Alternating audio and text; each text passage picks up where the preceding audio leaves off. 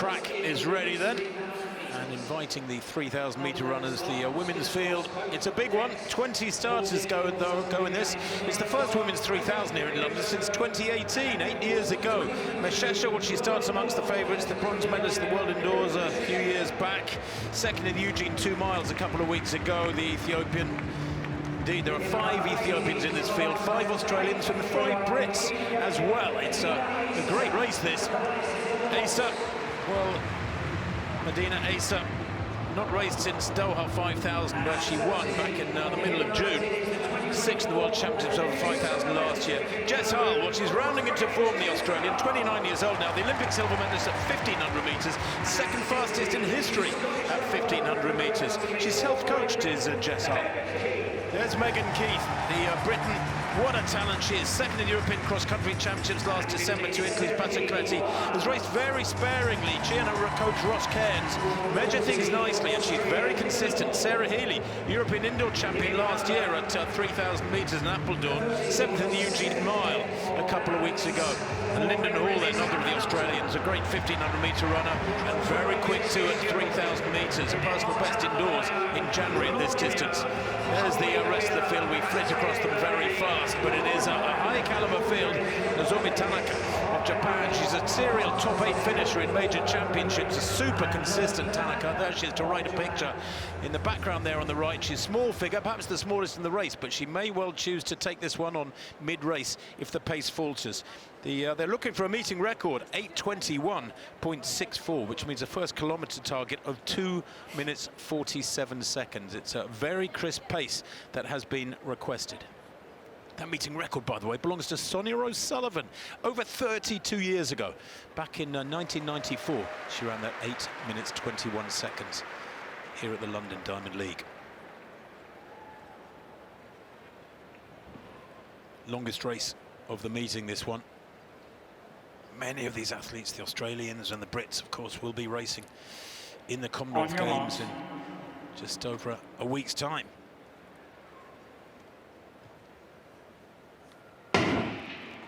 Well, a long hold there on the line. Those are always really nervous, tense moments, but the release is always magical when the gun goes and you can get running, sort yourself out. It is an unusually big field, 20 starters knocking on the door of being too big, I would say. The pacemaker is Vera Sjöberg of Sweden, the 25-year-old, who was actually 7th in the World Indoors 3,000 in Torun, Poland, back in March. She's a great athlete herself, Sjöberg, but I think probably like most continentals, she'll have her championships next week, and therefore this for her is a perfect way to sort of warm up for those championships. Looking for laps here that take them through to 1 kilometre in 2:47. So around, what, about 66, 67 seconds per lap. And the field bunching a little bit. You can see the blonde locks of Jess Hull, perhaps who starts here as race favourite with her a combination of speed and strength. She's back in about 8th place with that blonde ponytail. And she doesn't mind doing the heavy lifting, and the story of her season so far is that she has done the donkey work, if you like, and then has been picked in the final lap or so. So it'll be interesting to see how Jess Hull goes here. I got that first lap at about 67.5. I think Sjöberg has done a good job there.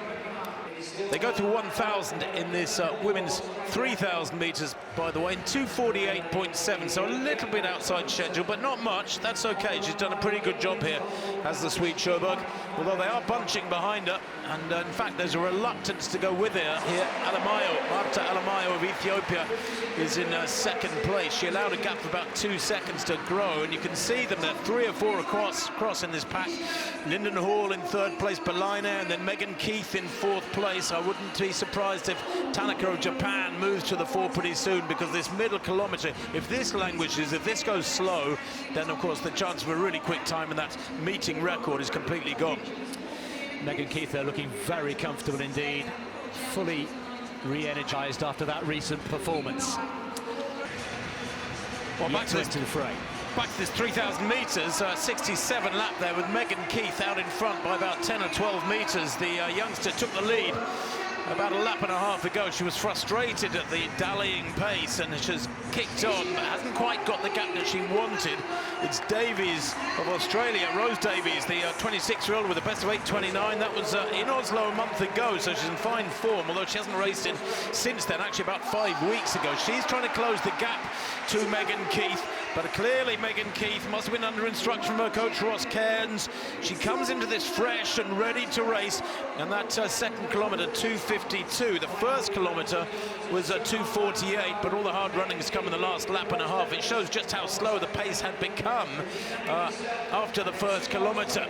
But Keith has got to keep working hard here to stay clear of the others. This is critical now. She's into the final kilometre, into the final 800 metres in fact, and she comes down the straight and she'll see 2 laps to go this time. Davies in second place, the pack gradually closing up on them. This has been a brave effort from the Briton to try and drag some respectability back to this one. Around 6:15 there with 2 laps to run, and a 68-second lap represents a slowing. It does represent a slowing. We can see that in the rest of the pack coming back at them, and ominously Jess Hull now just gliding into 4th position, ready to make a move.